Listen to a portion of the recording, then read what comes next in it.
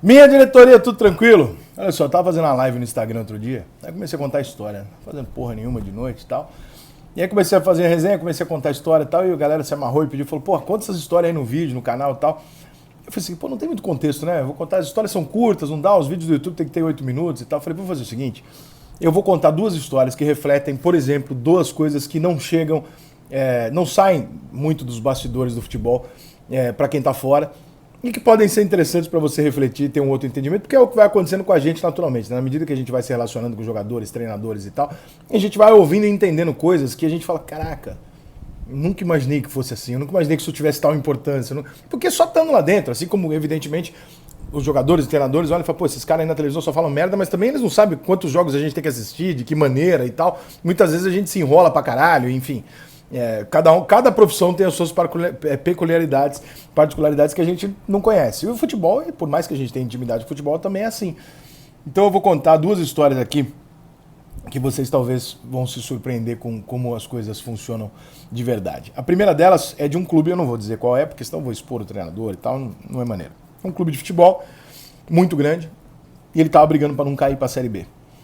E no minuto em que ele estava brigando para não cair para a Série B, ele estava entre os rebaixados. Esse treinador chegou, também não vou dizer o ano, não fiquem especulando, gastando tempo aí, porque eu não vou confirmar, não vou dizer. Então não percam o tempo de vocês.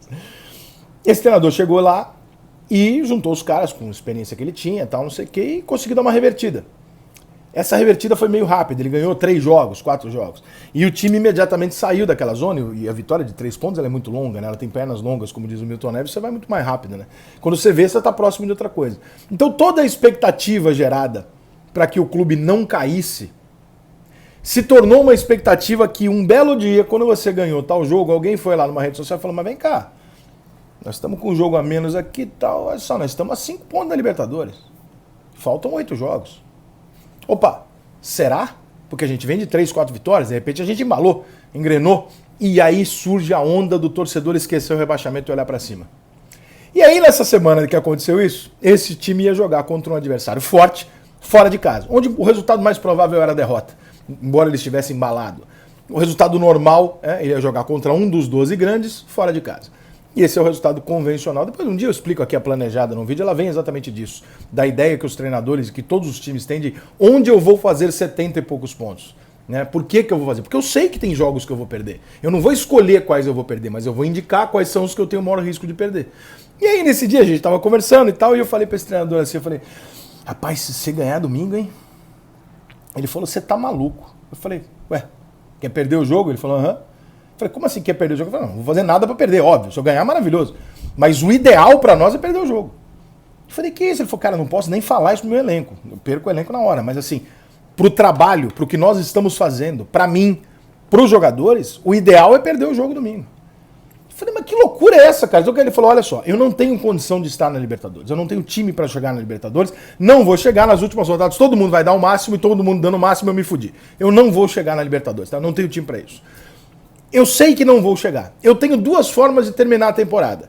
Com a superação de ter saído da Série B, eu em alta, os jogadores, porra, Guerreiro salvaram a gente, maneiro, esse aqui se destacou e tal, porque o torcedor já pagou o começo do ano e a possibilidade de fazer algo maneiro. Ele já está durante um período do ano vivendo, rebaixamento. Então pra ele sair tá ótimo. Então eu vou terminar o ano em alta.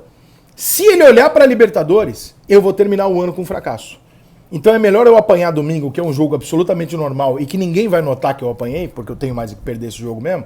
Só que eu faço uma boa partida, claro e tal. Mas, veja bem, não estou dizendo que ele pediu para os jogadores ou que ele fez algo para perder, tá? Mas na cabeça do treinador é o seguinte, porra, é melhor para todo mundo aqui que a gente não esteja na briga lá em cima, que a gente se mantenha na briga aqui embaixo. E é uma coisa que, porra, nunca tinha parado para pensar. Eu tive que ouvir de um treinador e falar assim, pô, ele tem razão.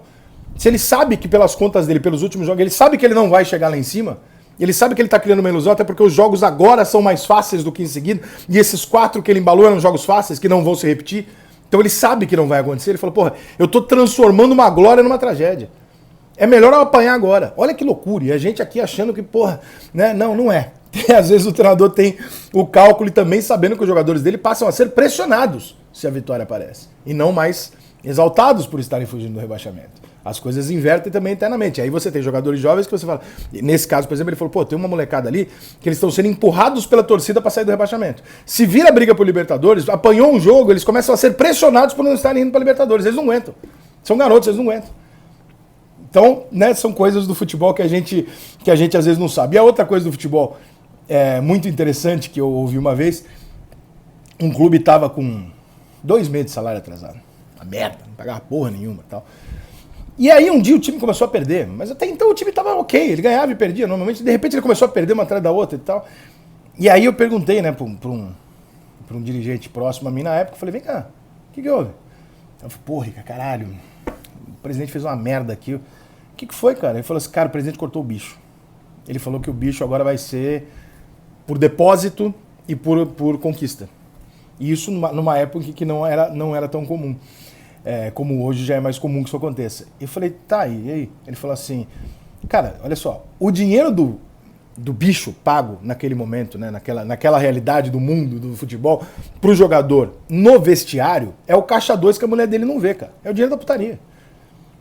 Eu falei, caralho, ele falou assim, então, não é a questão do dinheiro ou do não dinheiro. Se eu depositar o dinheiro do bicho na conta dele, o jogador que é caro, que ganha um grande de um salário, ele vai ficar puto, ele não quer que aquele dinheiro chegue em casa. Porque aquele dinheiro em casa está controlado pela família. A mulher está acompanhando, caralho, tal, não sei o quê. Ele não tem como tirar e fazer uma merda. O que eles querem é o dinheiro no vestiário, que era uma praxe antigamente, hoje já não funciona mais tão precariamente assim. O dinheiro por fora, no vestiário, que não vai ser declarado nem nada, ele vai botar notinha no bolso, né? E putaria. Mulher não viu, vai comprar merda, vai pagar motel, vai pagar viagem, vai uma puta que eu pariu, paga aluguel da piranha, fala o que quiser, irmão. Só que esse dinheiro a mulher não viu. Ele cortou isso, os jogadores estão revoltados, porque eles precisam desse dinheiro para justificar uma vida paralela, que alguns deles já tinham fixado com amantes e etc., que eles não têm como bancar sem explicar com o dinheiro em casa, então precisam do dinheiro por fora. Irmão, o time começou a apanhar, apanhou pra caralho, até o momento em que, diz a lenda, daí pra frente eu já não tenho 100% de certeza, mas diz a lenda que o presidente foi no vestiário, deu um esporro nos caras, pô, vocês estão perdendo isso aqui, até que o jogador falou, presidente... O senhor tem amante, presidente? Assim, que isso, rapaz? Ele falou, o senhor tem amante, presidente? Não, dou meus pulos. Falei, então, presidente, a gente também, né? Como é que o senhor usa o cartão da sua mulher para pagar um motel com a sua amante, presidente? Não, nem a gente, presidente. Voltou o bicho, eles ganharam 3 jogos seguidos e tudo passou.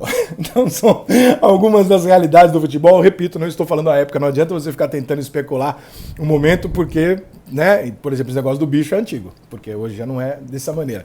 Mas são coisas do futebol que a gente do lado de fora às vezes não imagina. Só uma curiosidade boba. Valeu? Baixa o futebol aqui antes de ir embora, dá aquela moralzinha. Melhor aplicativo de futebol que tem, não vai se arrepender, tá? Aí você vai ficar sabendo tudo que está acontecendo agora no futebol. Essas coisas do passado às vezes eu conto aqui, mas agora mesmo, como eu não sou de dar notícia, vai no futebol. Valeu?